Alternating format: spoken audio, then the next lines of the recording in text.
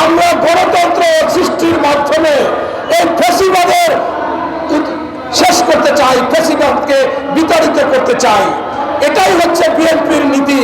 তাই আমরা আজকে বেশ বাংলাদেশের যে সমস্ত বিষয়গুলো হচ্ছে সেগুলো এখানে বলার মতো না।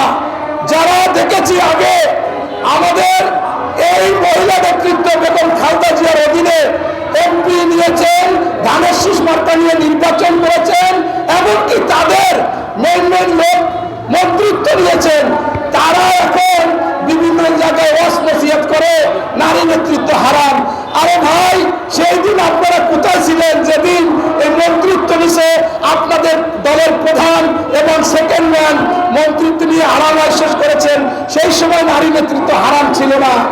এরপর আবার দেখা যাচ্ছে বলতেছে যে 18 সালে নির্বাচনে গিয়ে বেইমানি করেছে, মুনাফিকি করেছে।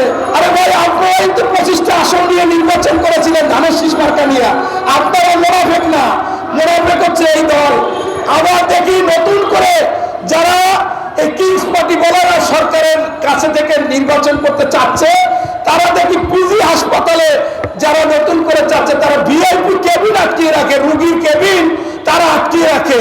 আবার টকশোতে দেখতে পাচ্ছি যে একজনে বলতেছে যে এই যে যারা উপদেষ্টা হয়েছে তাদের মধ্যে একজন মিরপুরে তকবির করে তার বাবা এবং ভাইদের দিয়া, আরেকজন তকবির করে আপনার বনশীদের বাবা ভাইদের দিয়া।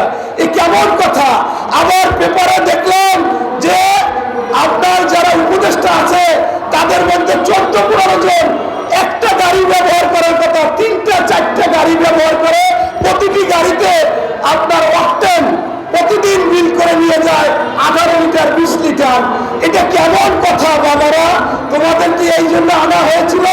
তোমরা ভুলে গেছো শহীদদের কথা, তোমরা ভুলে গেছো যারা